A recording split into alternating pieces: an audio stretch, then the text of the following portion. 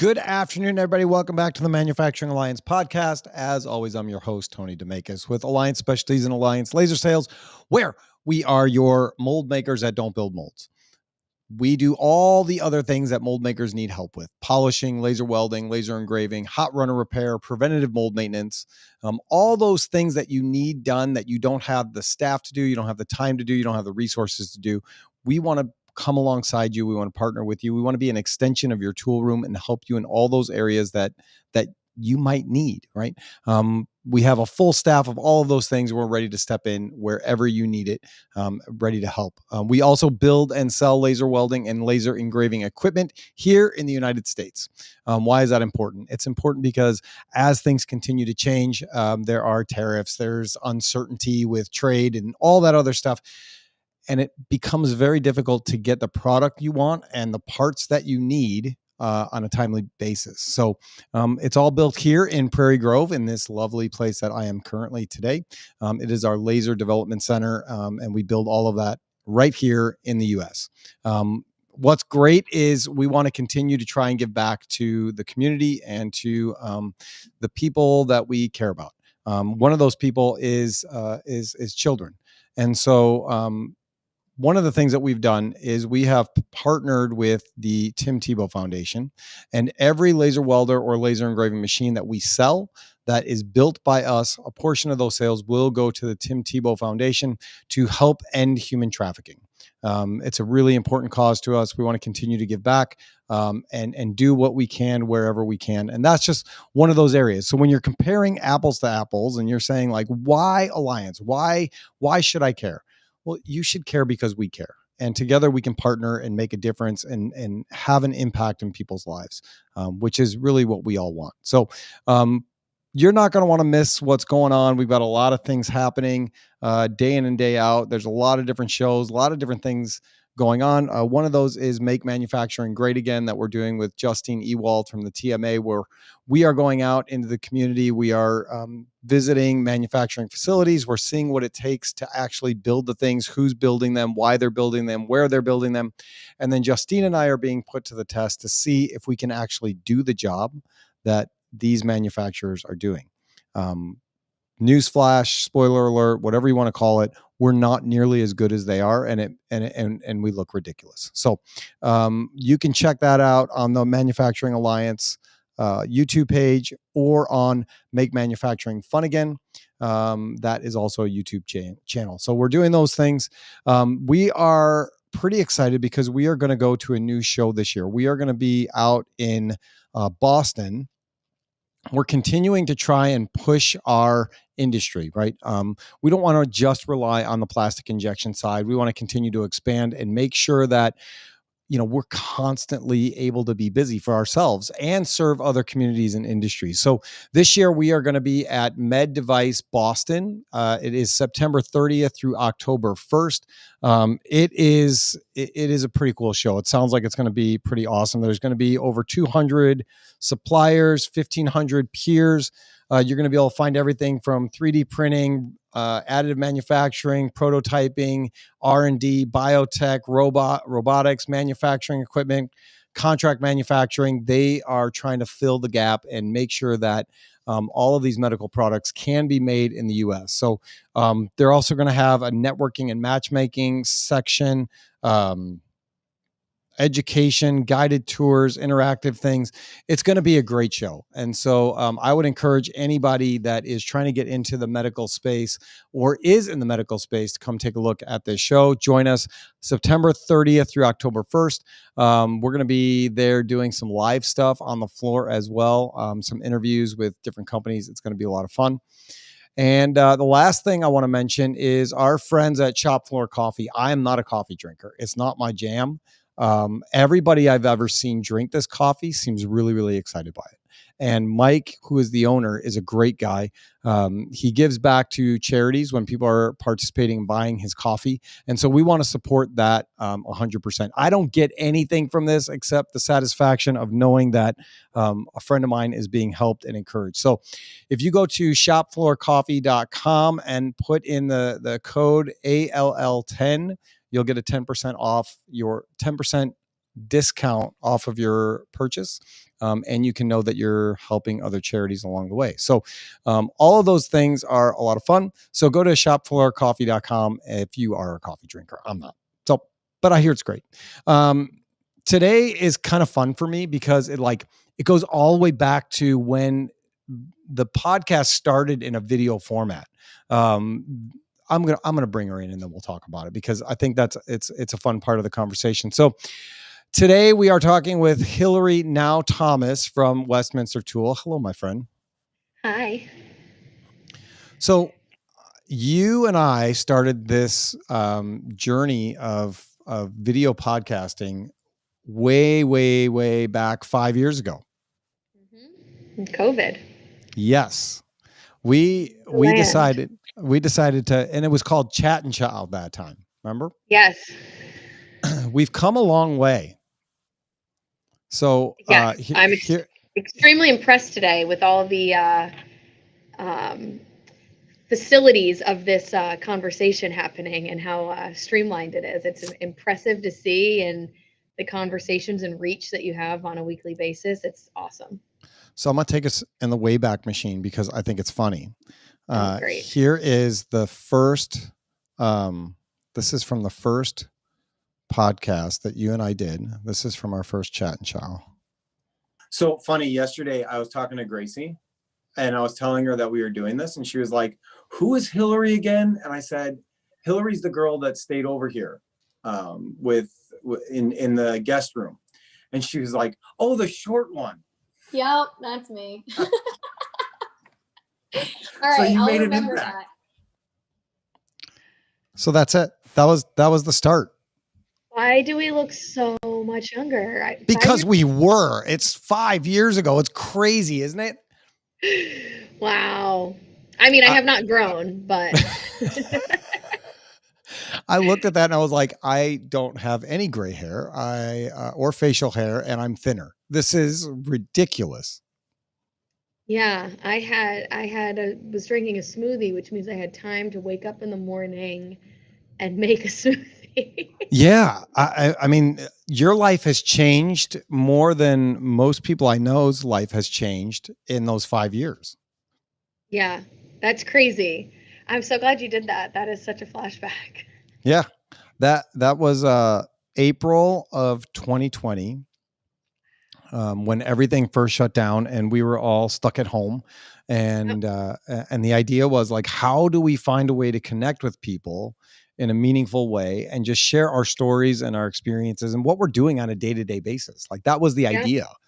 Yep. And at that point you were still Hillary Coombs with no kids. Yeah. Wow. Yeah. The reflection right now, I'm like, wow, yeah. No, in a different house with a different name, with a different job, because my main job is mom. Yep. Wow. Yep. Wow. Yeah, That's totally wild. different role, right? Like different role at work, different role at home, different role in life. Yep. And I think we just forget how quickly those things fly by us. Yeah, they do. It doesn't seem that long ago. Mm-hmm. But wow. 5 years. 5 years is took fun. Me down memory lane. Yeah. And the good news is, like, we're still friends after 5 years. That's great. Yes. I love that. That's a really great point. Yeah. But I do it takes work. Yes. To sustain. So, but yeah. Yeah. And what I loved is, like, when I sent you a message yesterday, it was, way to plan ahead, Tony. When I sent you the message yesterday and said, do you want to do this? You were like, yes. And this is what I want to talk about. Yes. And so it's all about relationships today. Yeah.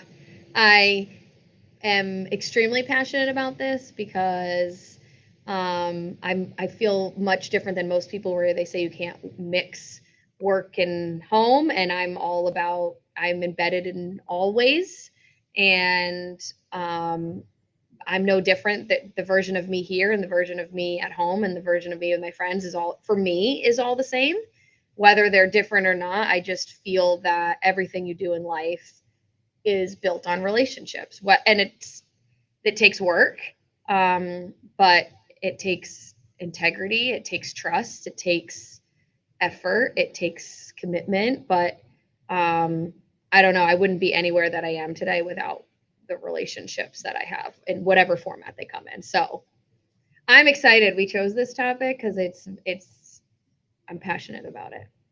Yeah, I think there's a lot to be passionate about with that. I mean, you should be passionate about the relationships that you are in. Yep. They should mean something to you, right? Yep. Yep. And just being able to dive into those things, and life is too short to not focus on the relationship side of things with people. Yes. Yep. And I think especially being in family business, I mean, that's like an extra step up, but the concepts that I apply to being in a family business, when I really reflect, it's everywhere. They're no different. It applies everywhere, maybe to a different extent, but the concepts are the same. It's taking care of people the way you want to be taken care of, showing up, being committed, doing what you say you're going to do, giving grace, all those things. It doesn't matter. Right. It's all the same thing. Yeah. To whoever it is that you're dealing with. I love that you said that you are the same Hillary wherever you're doing that, whether that's at home, whether that's with friends, whether that's on the floor, whether that's with customers. You are who you are. Yes. Yep. I think that's huge, that I am authentically me. Maybe you see a little bit more of silly Hillary in some areas, or, serious Hillary in a meeting where we're, negotiating something, but all versions of me are a piece of like every part of my life. Yeah. Well, and you have to, I think there's a lot of people that forget that your life does cross over, right? So like there will be a blending moment. There will be somebody that is in your work and that is in your personal life. And if you are trying to be two separate people at the same time, you're going to come off as really, really inauthentic, and people see through that right away. Yeah. And I think it's hard to manage that. Especially when, for me, like my work is a large part of my life. It doesn't turn off. Like I don't get to just, I'm not functioning as a business leader. That's 24/7. So to be different versions, I mean, and thank goodness, like honestly, one of the greatest blessings that came for our company from COVID was more understanding and exposure and overlap of those two things. I mean, yesterday I didn't have childcare. I took a call with a customer about a new opportunity, and my 3-year-old wanted to be on the call with me. She's here. She's coloring. Sorry. Yeah. And I think people have gotten much more comfortable and used to that idea. I think it's great. Yeah. Yep. Do you think people were uncomfortable with it before, or was it just our own stigmas and ideas that people would be uncomfortable with it? I think it's both. I think it was both. I think they kind of like go hand in hand and feed off of each other, because I think that we're still, I think, especially in manufacturing, breaking down the concept of work-life like balance. Mm-hmm. I wouldn't say, and I don't think there is such thing as balance, but a balance of understanding of the two go together. And I don't think that the whole world wasn't used to that, but especially, within our company, like the hours you worked was correlated to your effort. Sure. And, or your presence here. I mean, our culture is built on being here, but just because I'm not here for a day doesn't mean that I'm not getting my job done, or you can't be a really good mom and a really hard worker. I will say I have to make sacrifices on both sides. That doesn't mean It doesn't come without sacrifices, but it doesn't mean you can't do both. And I think that people naturally we were still overcoming that was not how most of the people that we took over responsibilities from, they did not get where they were by focusing on their family.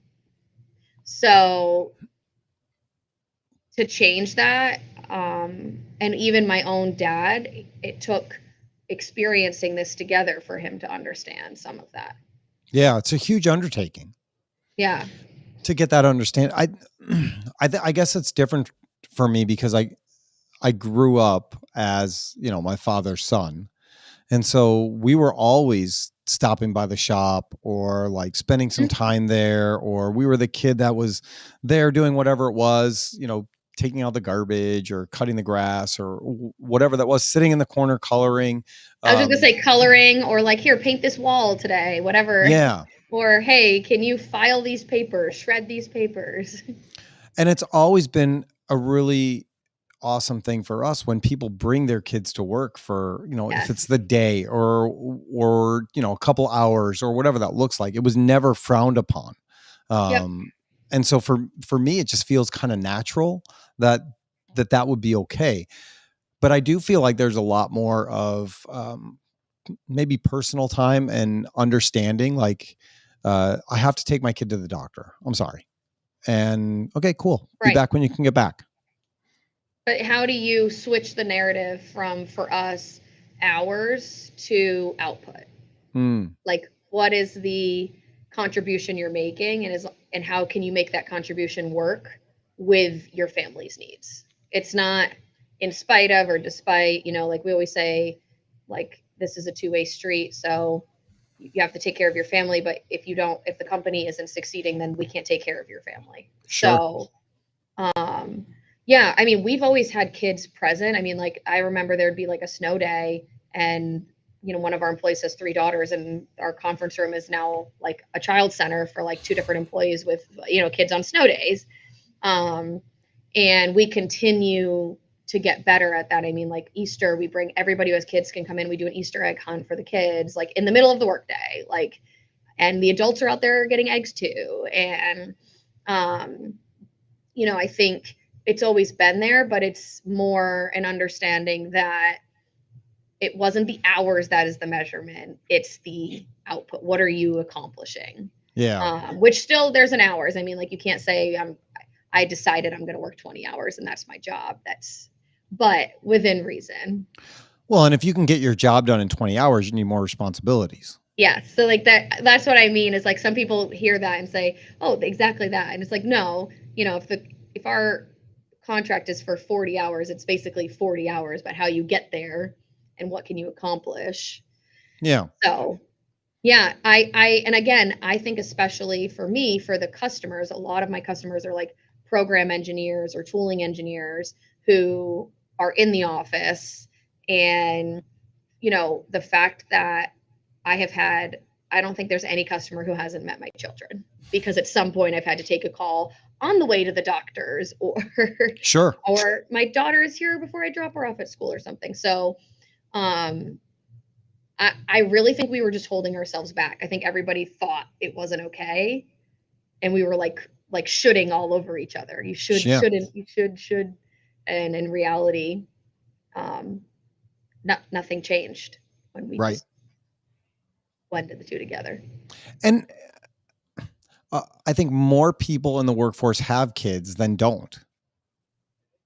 Yes. And I mean, I think about it now, like watching the way that my parents survived was that my mom was the parent and my dad was the income. And you kind of had to do it that way in order to not make sacrifice, right? Because you can't both be sacrificing your career and both, right? Whereas now, because it's blended, Aaron and I, my husband and I, both can work, can be present parents, because they're not so mutually exclusive. Yeah. And you just adjust your schedule to be able to do those things differently. Yeah. And I think to your point, I think more and more employers are open to that idea. And I think it stems from remembering that, listen, we all have the same situations, right? Just because I Yes. get to be one of the owners of the company doesn't mean that my family's more important than somebody who is building machines or polishing or Yep. repairing manifolds. We all have families that are really, really important to us, and we all want to be at our kids' events and soccer games and track meets and dance performances and doctor's appointments and all those things. And the only way to do that is if we both do that mutually and say, okay, listen, I'm going to go this time. You go next time. My part is done. I gave it to you. Now you do your part. Let me know when you're done with it. Yes. We measure quality of life here, which is more time, more money, less stress. But so it's not about your quality of life, it's quality of life for all involved, which means if your quality of life costs the customer their quality of life, or your quality of life costs the next operator their quality of life, it's all of our quality of life. And Right. so and there's a balance, right? Sometimes when I went on a maternity leave, you bet people picked up my slack, and you bet some of my team was working massive overtime to help pick up my slack. And now there's somebody else going out on maternity leave. I'm going to pick up that slack. I'm just going to say, yep, I'm going to do your job for you while you're out. And somebody's out sick or takes a vacation. So, but if we're all doing that, just like in a relationship anywhere, if you and your partner constantly keep score, then it won't work. If you and your customer constantly keep score. So it's the same thing across the board, is that trust, the respect. And I mean, like for me, it's just knowing that we all have each other's back. Yes. And I think that's what a relationship is at its core, is like, who are you going to go to battle with? Who are you going to be able to do life with? What does this look like? Yep. And that becomes a difference between a relationship and a customer. Yes. Yep. Like a transaction, right? Like we can have transactions, but I don't have many of those. I'm definitely a relationship person. And you are. And I think that's great, because when you have people that just have that transactional, a relationship isn't even the right word. Each part of that is trying to win every time. And it becomes a battle between, I'm right, you're wrong. I want it cheaper, you want it more expensive. And it's it's not a united front where you're always battling that person when it's just purely transactional because you want to win. Yep. And I love that we don't have that. It's great. Yeah, no. I mean, I definitely, like for me, a lot of it, I think I've always been a relationship person, but definitely growing in my EI, like emotional intelligence, has helped, because I am competitive in nature, and coming from corporate America, where you kind of do compete, you have to kind of claw your way. I definitely had to beat some of that out of me. Yeah. In order to succeed with stronger relationships, both in and out of work. So, well, and if you're not used to that, and you've been, you come from corporate America, where it is, you have to fight for everything that you want, and you have to have the upper hand on everybody. It is a huge culture shift. Yes. Yep. And being at your facility, I mean, we should probably talk about that, Westminster Tool. I know we done right into it. We just hopped right in and took for granted that everybody knows who you are and where you work. So, Westminster Tool, what's the story with Westminster Tool? I was just bragging about you guys today to somebody. I feel like you do that too often for us. You're a great advocate. Which is another thing I will say at some point, circle back, that you don't need a sales team if you have good relationships. That's true. Okay. So yes, Hillary Thomas, I work for Westminster Tool, which is a family owned manufacturing solutions provider in Plainfield, Connecticut. We manufacture complex Class 101 injection mold systems and high performance components for the aerospace and medical industry. My dad started the company in our basement in 97. We've grown, and we now have a team of about 35, and are known nationally for our culture. We have a culture founded on emotional intelligence. We have our own internal training academy, so we can hire for character and train people for the skills we need. And we are known with our customers as being partners. We build relationships. We take shared responsibility and accountability for their success. And we kind of grow and adapt our capabilities in order to help them succeed. So Yeah, that's it in a nutshell. That's our company. Well said. It's not the first time you've done that. I've been out of the sales game though, so I haven't had to talk about us too much in a while. So yeah, that was great. And I think when you are priding yourself on hiring for character, you better be good at relationships. Yeah. I mean, we basically, and that's something we've talked about. We have a lot of companies come in and want to duplicate what we have in their companies, and we say, you can take the infrastructure we have, but the only reason it works is because we hire people with the same core values so that the infrastructure can function. So a good example is like if you were to say you're going to be so many people say we're a continuously improving organization, but you hire people who have egos and only want to do things the way they want and are resistant to change. You can't be an improving organization if you hire a bunch of know-it-alls that are resistant to change. Right. Your culture is a result of the two things. So in interviews we do like behavioral interviews. I'm just wondering, how do you operate? Can we work together? Can I trust you? Are you willing to grow and adapt? And are you motivated by something more than just yourself? And somehow we still make class 101 molds that, split tenths of tolerances. Well, because you have those people that want to learn, that embrace change and challenge and curiosity, right? Curiosity is a big part of what you guys do and what you preach over and over again, trying to figure out the better way to do that. Yep.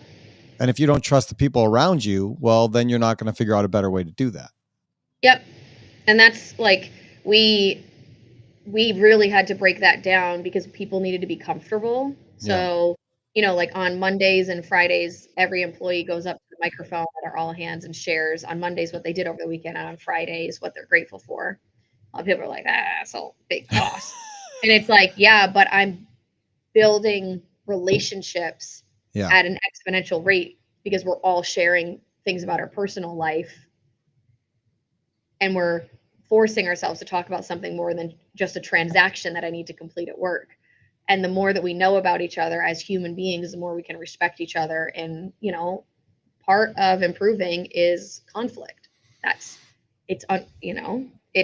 This isn't working. How can we fix it? Yeah.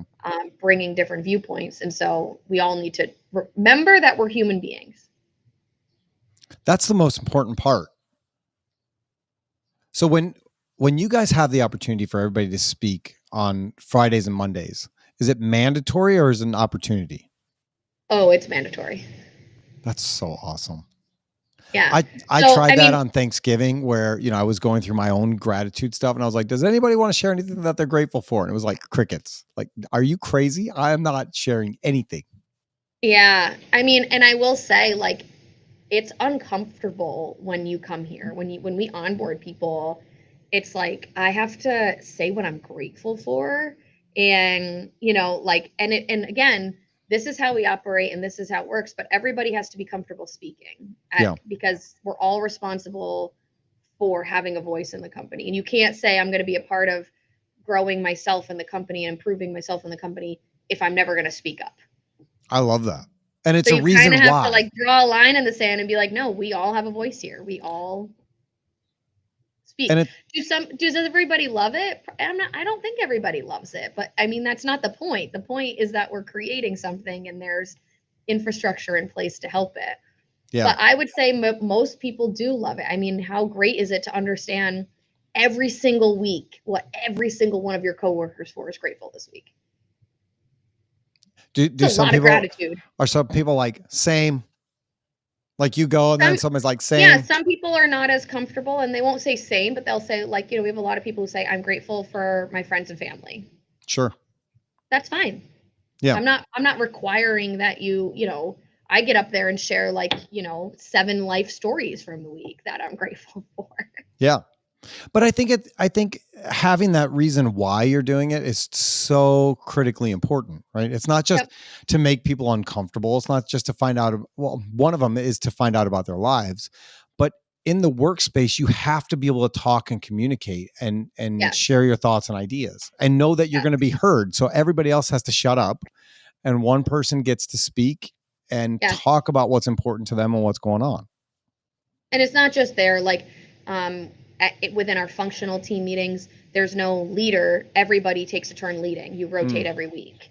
So then you're organizing and leading. Every single week that you're the leader, you report out to the whole company on your team's performance. I mean, it's just embedded. But before I make you transactionally stand up and say that your team failed this week, I'm going to try to break down some barriers here and talk about what we did over the weekend. Right. It's So, it's the small step of, can you at least talk about that? Well, then you can do this. And so many people get just freaked out by the idea of speaking in front of people, and they realize like it's not that bad. Yeah. I didn't die. Yes, and I can't take any credit because this all these like most of these cultural changes came from my dad before I had even joined the company. So, he was ahead of the times. So when he made all those changes and then you guys slowly came into it, you were first, right? And then was Colby, then Colby came and then Hannah came? Colby and Hannah were pretty close. COVID, another blessing of COVID is that they, in their current roles, they were not local and they were stranded in states with like very few friends and family and support, and that did not, align. And so all of us came back temporary and none of us have left. Yeah. So when you guys came back, I'm sure your dad was talking to you about all these culture changes that he was making, but from afar, it's one thing. And you're all in your own corporate lives and businesses. And then you come back where you're like, this isn't going to work now that I'm here.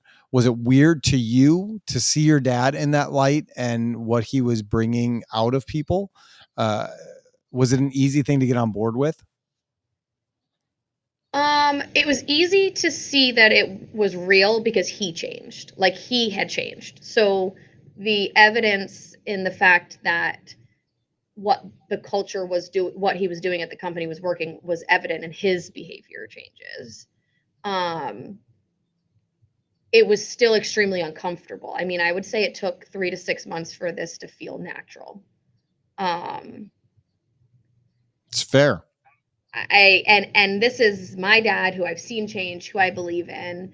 And so, we always have a lot of like understanding for people when they come in, and we're kind of like, it's going to feel weird, and, focus on the vision that when people come here, I came here and toured and chose to come back, I saw something that I wanted. So just, you have to stick out the discomfort for what's on the other side. I mean, it's no different than like, you're going to run a half marathon or a marathon. It's uncomfortable in the middle, but you're doing it for the other side. Yeah. And so that's really, what I would kind of attribute it to. But all of us, it was uncomfortable too, because we had to grow. Right. I had a lot of emotional intelligence that I needed to learn. Yeah, I was a really good, I'll push everybody out of my way and get it done. Yeah, I'll get it. I was a great individual contributor. Okay. I was still growing in my ability to lead, and yeah. No, that's been interesting to me for a long time. Is, you guys have known your dad forever, and Jack is here with us today. He'll tell people all the time, like, yeah, dad wasn't a good dad at first. He didn't listen. He didn't do this. He didn't do that. And you have to have that growth, and it's different. I mean, your life changes and it looks different. Yeah. Yeah. And he's always, but his presence, his ability to listen, like he grew. And I mean, he's a tool maker by trade, right? Like, I mean, he grew up being the toughest, fast, right? That's how so It was really good. And it's crazy because we had been talking the whole time he did it. We talked weekly and he was sharing stuff. So I knew it. And he had helped me through my own my job and like, well, what do you think their personality is? And have you tried this? I mean, he had been coaching me and it still was uncomfortable. But yeah, we all have grown. We all continue to grow. That's the other thing is like my favorite part about our company and our culture is that you're never there. We all know that. But our culture really just forces you to constantly evolve and get better. And I don't know, I think that's the beauty of it. So nobody's there and nobody in the company pretends to be. Right. And when you say there, you mean nobody's 100% complete. Yeah. No. Yeah. We all have growth to do and improvement. Always. Yeah. Right? Yep. Like continuous improvement starts with all the people, myself included. Yep. Yep. You know, the minute you go into any relationship and you're like, I'm perfect, all of you need to change. Mm-hmm. Like you're doomed for failure. Yep. Yep. And again, the synergies when you start actually looking at relationships as like universal, and that was another thing that I learned here was like how I treat my husband and how I apply to difficult conversations is really no different than what I do here. If you approach it with love, respect, and understanding, and you seek the best out of the person, and there's no difference. I mean, sure, the content is different, but you know, and again, my husband works here, so it's wonderful because we just happen to get the same training, so we can, you know. You had the same therapist. Yeah, you know, we're just at work. Oh, well, you remember that training at work? Well, yeah. But it's really helped me both ways, like at home and here. I mean, even with my children. I mean, it's just universal. Like the concepts of crucial conversations apply everywhere. And it's basically how you treat people. Yes. I mean, you guys run the DISC program. It's awesome. Like trying to figure out what that looks like. And basically the reason for it is how do you learn? How are you taught? How can you teach? How do you speak? How do you accept criticism or feedback? How do you give criticism and feedback? How do you treat other people? Yeah.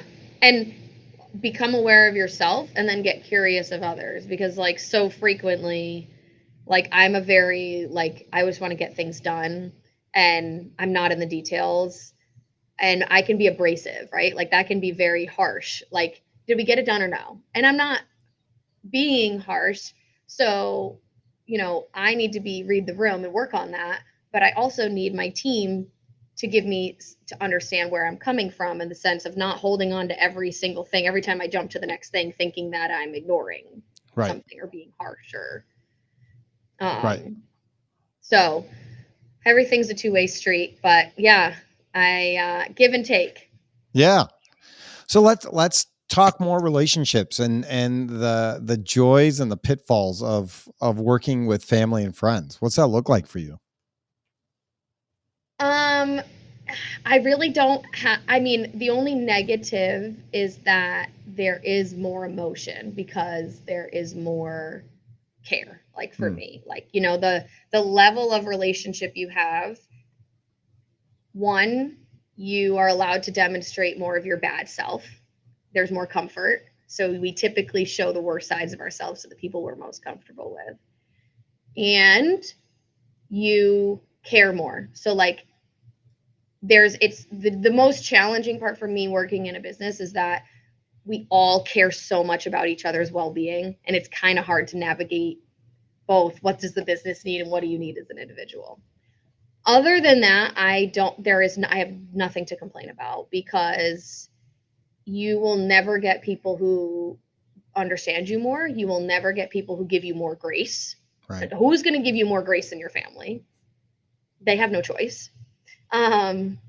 Who is going to trust you? Nobody's going to trust you more than so I think that, and it doesn't just apply to family. Like I will say, like, you know, I've always like maintained close relationships with colleagues. And I think that the more that you engage and trust and respect each other and understand each other, the more, the better.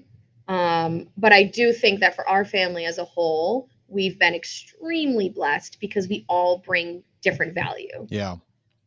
And I do think that, I talk a lot to other family business owners, and the ones who are successful, that tends to be a common theme. Even if your value isn't different, typically you've identified where your value is and you have clear understanding of what value you're bringing. And for us, not only do we have different value, but it was all value that the company needed. Nobody came here and was like, I'm working for dad because it's COVID. No, everybody had a skill that the company literally did not have. Right. And so, I mean, I can't say, oh, we're perfect and we do all these things. Part of it is that we're really blessed. Right. You all fit a niche so well to be able to complement each other for the success of the business. Yes. Everybody has a different background, for everybody listening, like my dad is like the entrepreneur. He is a tool maker by background. So he was running a business, but was no means a businessman. Right. He was a mold maker running a business. And I had business strategy, business development, sales, and marketing. And that was a unique thing that I could bring and add to the company. And my brother had finance and real estate and tax experience. Nobody in our family truly was ingrained in. And my sister had a marketing, and she also just has a natural knack for communication and which is huge in a company that does as much training as we do. And we didn't have somebody doing the things with the skill sets that she could do. So we were just very blessed that we all happened to come to the table. Yeah. With that. But there's also things that my sister and I both do, or my brother and I could both do. And when you reach that, you just need to understand who's responsible for it in that moment. Yeah. I think one of the things that's the coolest for me is when you actually have a relationship with somebody, whether that's your colleague or your customer.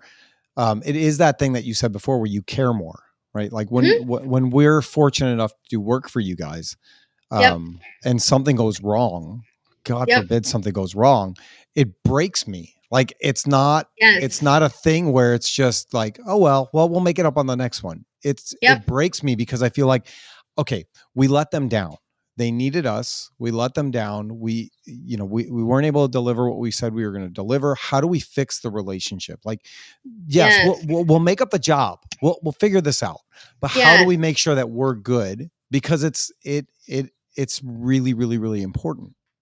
And it's also easier for me, because I'm not worried about having a conversation. I mean, again, like I never, if I don't know you and you mess up, I don't know what your intentions were. Right. But with a relationship, I already know that you have the best intentions. So therefore, that's like the best foundation for resolving any issue, when we understand that we have the same good intention. Yeah. And also, like when you have a close relationship, like maybe you don't want to have to quote every single thing. Like, I need you, do it. Okay, you're going to get it done. And there's a lot of benefit to that. And we look for that in our customers. Like, we want people who know our value, respect our value. And in that transaction, I don't want to have to go over every little thing that I ever did that you have to pay me for. I want you to know I'm going to take care of you, and I want to know that you're going to take care of me. Right. That doesn't mean every single job I quote it and they say, yeah, you can have it for that. No, sometimes there's a discrepancy, but again, trust and understanding of a mutual intention, like good intentions. Yeah. And we will apply that both ways, like our vendors and our customers. You should just be partners. Yeah. It makes it so much easier. Yes. And I know we've had 99% success with you. But I remember a conversation that you and I had where things didn't go great. Yep. And it was a conversation that was like, okay, was it our communication with you? Was it your communication with us? What exactly happened in this process so that we can make sure that it doesn't happen again for either of us, because we care Yes. too much about the success of each other and the business and the project and all of those things. If you don't care about that person, it's really easy to be like, well, they're out. We'll Yes. have to find another vendor, which is hard work for you also. Yes, yes. And a lot of times, like our team, especially with like partnerships like with you guys or anybody who we're, utilizing, a lot of times we fail to communicate. So if you have an attitude and you don't, and I'm not mutually invested in the relationship, you know how easy it is to say they missed it? And it's like, well, hold on a minute. What did we say? How did we Right. communicate that expectation? Yeah, we always say like the cost of sale gets cut in half after you deliver on your first project. If you deliver on your first thing and you understand each other and you're at that, now the cost of sale is easier because you don't have to prove yourself. Right. But again, that comes down to building relationships. And I do think we're coming back to it, but COVID did harm the investment in relationship building for a little bit. I think it still has, because Yeah, we're still coming out of that hole where it used to be get dinners. And again, as a mom of a 3 and a 1-year-old, I value going home and not going out for dinners, but I also know the importance of them. So I think we're starting to get back to mutual ground. But there was like I would say from 22, 23, I would visit customers and there would be zero interest in grabbing dinner or even a drink or anything. It was like, well, no, I saw you. We did the transaction. Right. It's my favorite thing about going to like the AMBA conference or trade shows or whatever that looks like is the networking part of it, is rekindling those relationships. And there's been a lot of times where, we'll go to a trade show or whatever that looks like, and you ask people like, hey, you want to go get dinner? They're like, no, I'm going to go to my hotel and get caught up on work, or I'm going to go do this. But, thanks for offering. Not you guys. I think and I love it because I've spent time with you, your sister, your brother, all individually at different events at different times, being able to catch up in different ways. And it's so good because it's not all about the work. It's usually not about the work at all when we sit down and talk. It's about life and what's actually going on with us and our families and our husbands, wives, kids. Work comes into it a little bit. Like, are you struggling with anything? Is there anything we can help you with? What do you want to talk about? But it's grounding in the stuff that actually matters. And then I don't know. And I know you kind of talk about this a lot, but like, this is more than just like a job, right? I mean, especially when you own a company, but like really, I mean, at the end of the day, the amount of time you spend at work, it's about so much more. So, of course I wouldn't want to go to dinner with somebody and talk more about the project that we just spent all day talking about. Yeah, I wouldn't want to go to that dinner either. But the opportunity that building a relationship presents, because at the end of the day, things go wrong. Mm-hmm. So sure, you don't need relationships if everything's going to go perfect, and there is a place for that. But in the real world, there is a lot of value to understanding and who's on the other side and having a general respect for each other as human beings that allows you to work through situations. Yeah. I agree with you. My dad always says, all things being considered equal, right? You're trying to pick 2 people that you want to work with. All things being considered equal. Wouldn't you rather work with the person you like? Yes, right. Hands down. I mean, even if it costs a little bit, but you know that you're helping this person out. Isn't that better? Why wouldn't you want to invest time and resources into getting to know people and helping them through things? And then, like you mentioned before, you don't need a huge sales team if you have a good relationship base. Yep. I was talking to a customer, a potential customer. I think they're going to be a customer. Anyways, they're in Florida, and they were talking to me yesterday about some of the areas where they're finding themselves bottlenecked in all these projects that they're being rewarded, and they're trying to spread out some of the work to people on the East Coast, people on the West Coast, not just Mhm. in their state, because there's danger in that, I guess. And so I was like, oh, I got some people for you. Let me plant some seeds. And Yes. he reached out to me today, and he's like, yeah, just share their contact so I can reach out and find out where their specialties are and what that looks like. And I was like, okay. And that helps build that relationship, right? Yes. Like, so, like, being that bridge builder, you get to help relationships on both sides. I can help Yep. this person find more work, and I can help Yep. this person get their work done, and then you can help those two people have a connection, so that we can all do more things together, and Yes. you become this great resource, uh, and it increases that relationship and the value that you can bring for each other. Yep. Every single request we get, we never just say no. We would say we can't, but Yeah. this is a great, connection.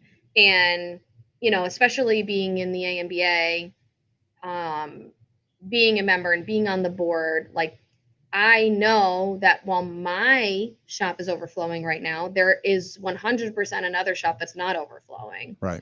And so it's in my best interest that we all succeed. And so constantly, oh no, but here's somebody who does, here's somebody Right. who does.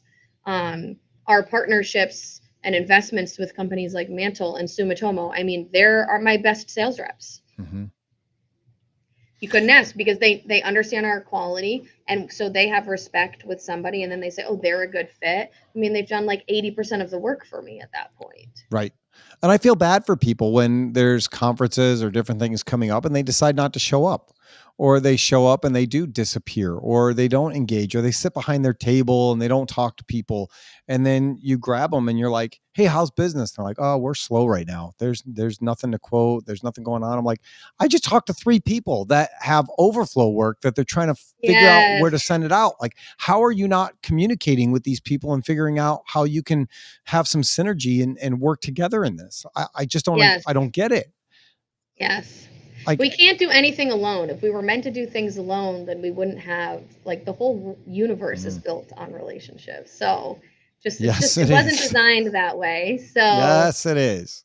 I just think, like, it's a part. If you're going to be in business, if you're going to be a piece of a business that's engaging, that's why I always tell people, like, I think the best thing you could ever do for yourself is go work in sales. Even for a summer, just go work in sales and learn to listen, learn to understand somebody's challenges, learn to understand their needs, learn to identify how to connect your service or product with their need. Learn to get comfortable having like, go. That is the best thing you can do for yourself, because everything in life comes down to that. It's relationships, it's Yeah. communication. So, And I think so many people look at sales and they think it's this smarmy, you think of like the used car salesman guy, yes, where he's just out for himself. But true salespeople are trying to find solutions for the problem that both people have, yes, and working together to figure that out. And like you said, it is about listening. It's about coming up with creative ways to go, okay, I hear what you're saying. What if we did this? yes, Would this help you? yep, What does this look like? yep. And if you're Yeah, not, if you're really understanding the need, if you don't fit, why would you want to sell your service? Because it's probably not gonna work, it's not going to be right? good for you. Yeah, it's not. I mean, you're going to spend time in something you're not going to reap a, return on. So, yeah, obviously I would always choose spending time with people. I also feel extremely, I mean, like, our industry is amazing. I think we're filled with great human beings. I agree So with you. we're very lucky that not only, our relationship's important, but we happen to just, I think, be surrounded by some of the best human beings in the world. Yep. Yep. And they get it. Yeah. So it's great. All right. You have to go. Let's do quick 5 questions. Okay, go. If you could make one rule that everyone had to follow, what would it be? In the company or in the world? The world. Oh.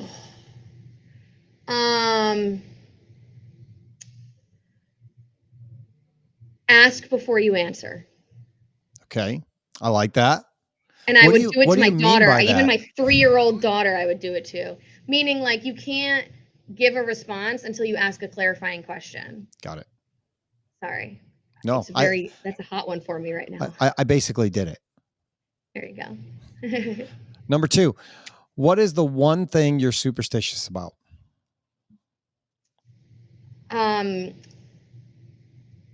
The universe gives you what you put out.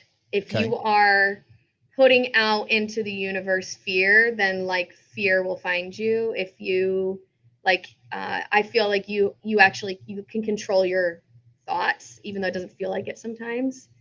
And the energy you give comes back to you. Yeah, I definitely agree with that. I think you see that with people all the time, right? You got that grumpy person that's walking around frowning all the time, and they're like, "Everybody's so mean to me." Well, smile. Yeah, I'm like, I don't know if it's a superstition as much as it's just like people get annoyed with me. I'll be like, "Oh, I don't know. Are you putting that into the world? Is that what you're giving? Is that what you're giving the universe?" I like it. Number 3, if you swap genders for one day, how would you spend your time?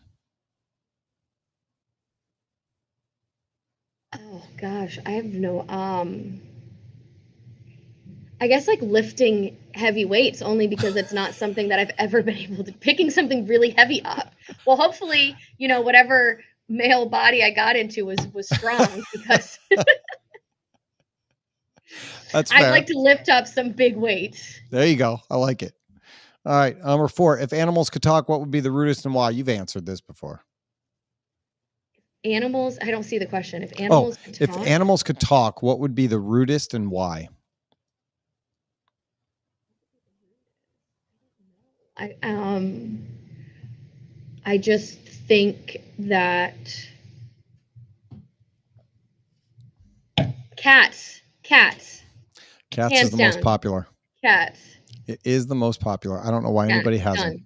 Yeah, cats. No, I'm not a cat person. That's not. Yeah. And number 5, how many kindergarten kids could you take in a fight before you were outnumbered? None. No.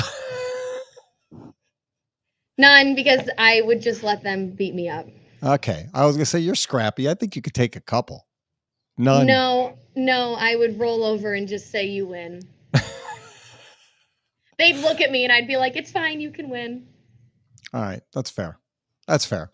That's the kind-heartedness. You're going to try and build a relationship with them. I'd be like, "Can you tell me why you're so upset? What's wrong?" We should give you a Did disc somebody hurt profile. you? What is going Did somebody on? hurt you? Yeah. Yeah. What is going on with you? Yeah. I wouldn't fight. I'd want to talk about it. And then they would tell you who hurt them, and you would go fight that person. Potentially. Or I'd ask them, "What's wrong with you? Like, what's going on with you?" All right. I'm watching the clock. You have another call right now. So thank you so much. I appreciate everything that you do. I love the conversations, and I hope somebody got value out of ours today, because I do. Yeah. All right. I would say all kinds of nice things about you, and I will when you leave, but I want to respect your time. So toodles. Thank you. Bye. Bye. All right, that is Hillary Thomas. In my phone, she's still Hillary Coombs because I'm too lazy to change it. But Hillary Thomas from Westminster Tool. I can't say enough how much I love all the people that work there and their company and their culture and all of that stuff. I was there one time for a visit, and I said, if they ever kick me out of Alliance, can I come work here? It is an amazing place. Tremendous people. They do amazing work all the time.